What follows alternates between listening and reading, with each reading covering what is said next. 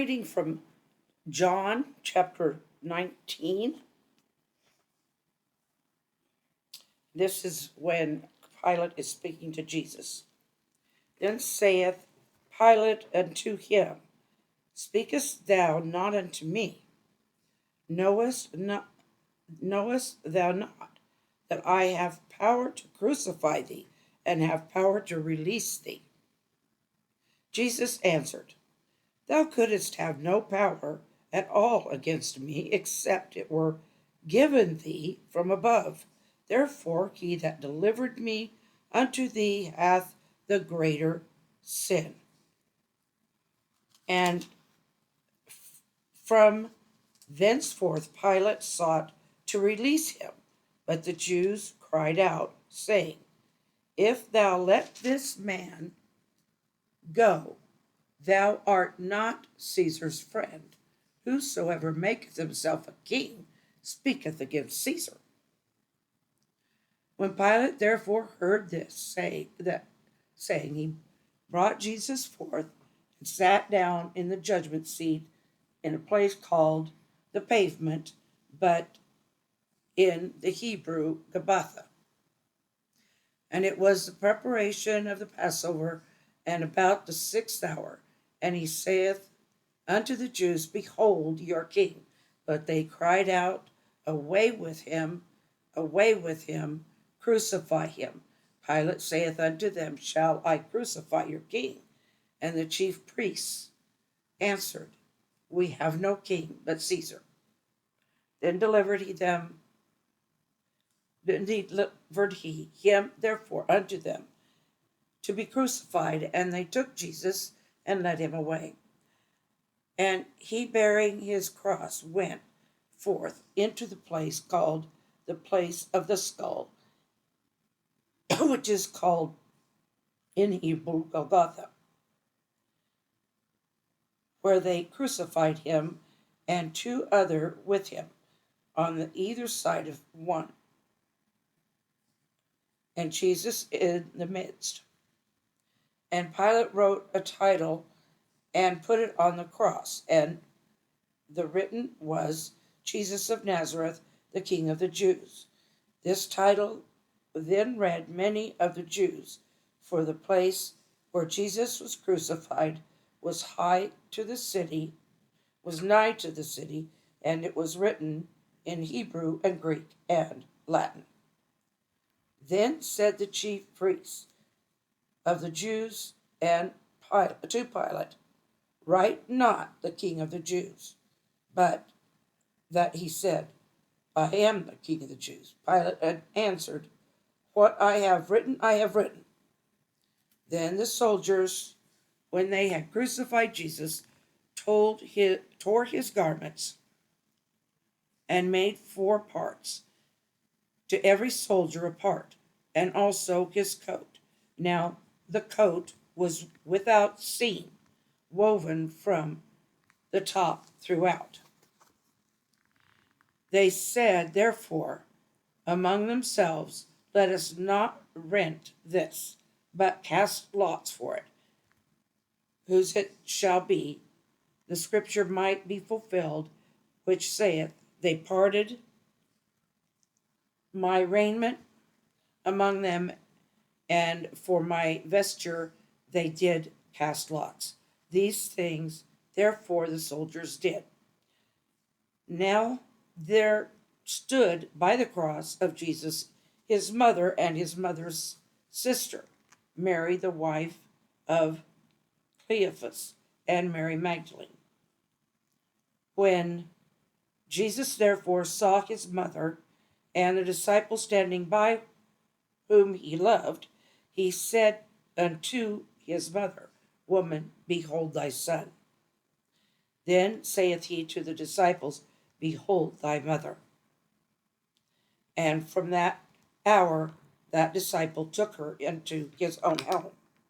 After this, Jesus, knowing that all things were now accomplished, that the scripture might have fulfilled, saith, I thirst.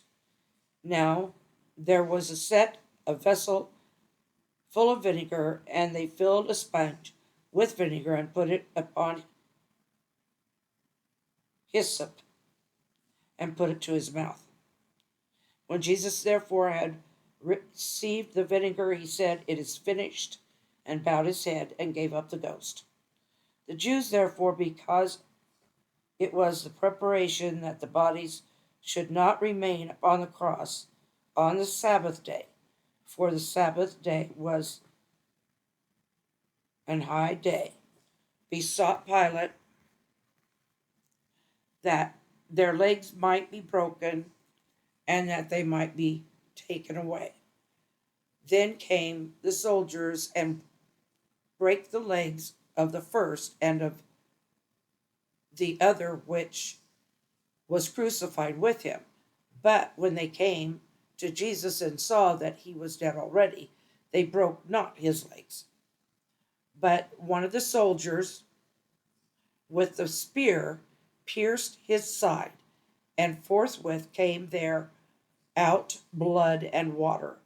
And he that saw it bare record, and his record is true. And he knoweth that he saith true, that ye might believe. Pardon me.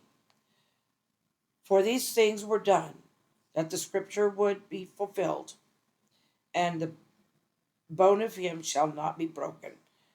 And again, another scripture saith, they shall look on him whom they pierced.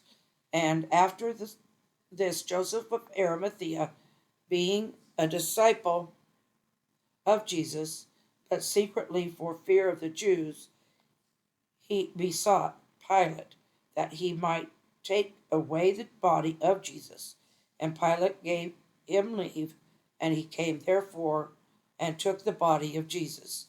And there came also Nicodemus, which at first came to Jesus by night, and brought him a mixture of myrrh and aloes, about 100 pound weight. Then took they the body of Jesus, and wound it in the linen cloths with the spices, as the manner of the Jews is to bury. Now in the place where he was crucified there was a garden, and in that garden a new sepulchre, wherein was never a man laid. There lay they Jesus, therefore, because the Jews' preparation day for the sepulchre was nigh at hand. Okay, that is the John's version. There are each one has very similar, but some have included other things. When Jesus gave up the ghost or died, there was an earthquake. That's why I've got with the boulders splitting. That's why I made those boulders and the graves of the saints tore open, and the saints walked the earth. They were not zombies and they were not ghosts. They were in full bodily form and walking in Jerusalem. At the time of Jesus' death, not only was there an earthquake, but in the temple, the curtains ripped from top to bottom. There was a lot of people scared of everything that was going on. The dark cloud had rolled in from one side. It was already dusky out, or kind of darkening in the sky, but it turned much darker when Jesus died. And on the other side, you'll see I did put some white in there, and that is what that is an indication of when Jesus cried out, "Father, why hast thou forsaken me?" Why I put that there, it's the light isn't in the scripture that I know of, But it's my way of symbolizing that God could not directly look on him because the white will not come all the way to Jesus, that light. It will stop before Jesus because God could not look on him at that moment because the man who lived, the Lord who lived with no sin in his life, was now a sacrifice who took all of our sin from creation throughout all the years that man will walk this earth. And he took it all. So he became the very sin that we have committed. And that is our chance to become righteous in God's eyes. Thank you. And here's some music.